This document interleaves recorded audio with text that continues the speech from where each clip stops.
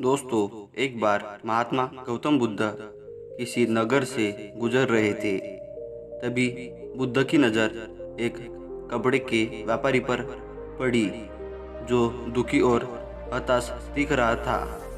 गौतम बुद्ध चलकर उनके पास गए और पूछा कि हे बंते, तुम इतने उदास क्यों हो? अगर तुम मुझे अपनी चिंता का विषय बताओ तो मैं तुम्हारी कुछ मदद कर सकता हूँ।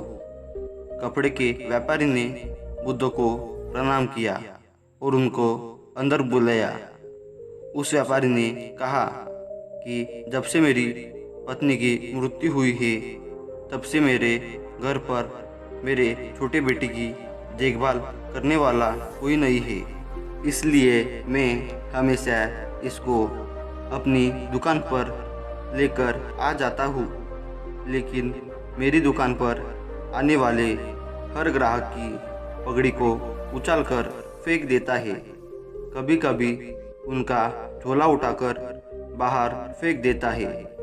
मैंने इसको बहुत समझाया, डांटा, लेकिन यह नहीं समझा।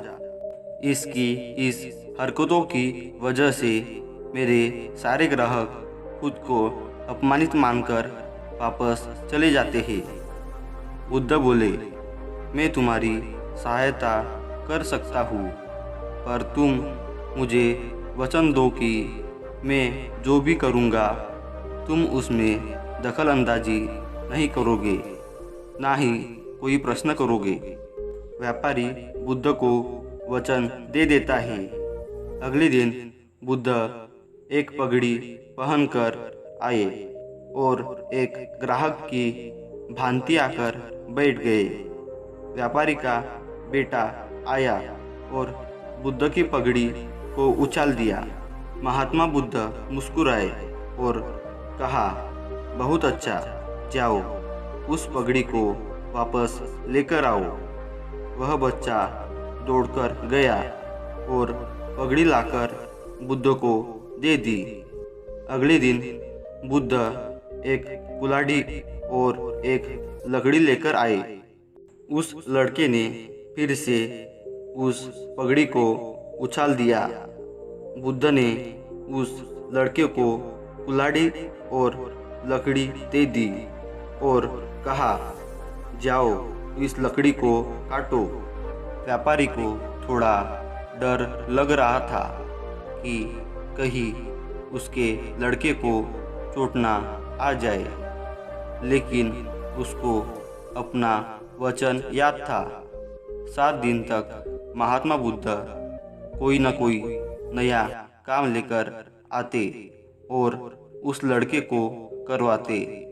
शीघ्र ही वह लड़का भूल गया कि उसको किसी की पगड़ी उछालनी है। व्यापारी बहुत खुश हुआ और बुद्ध को धन्यवाद दिया।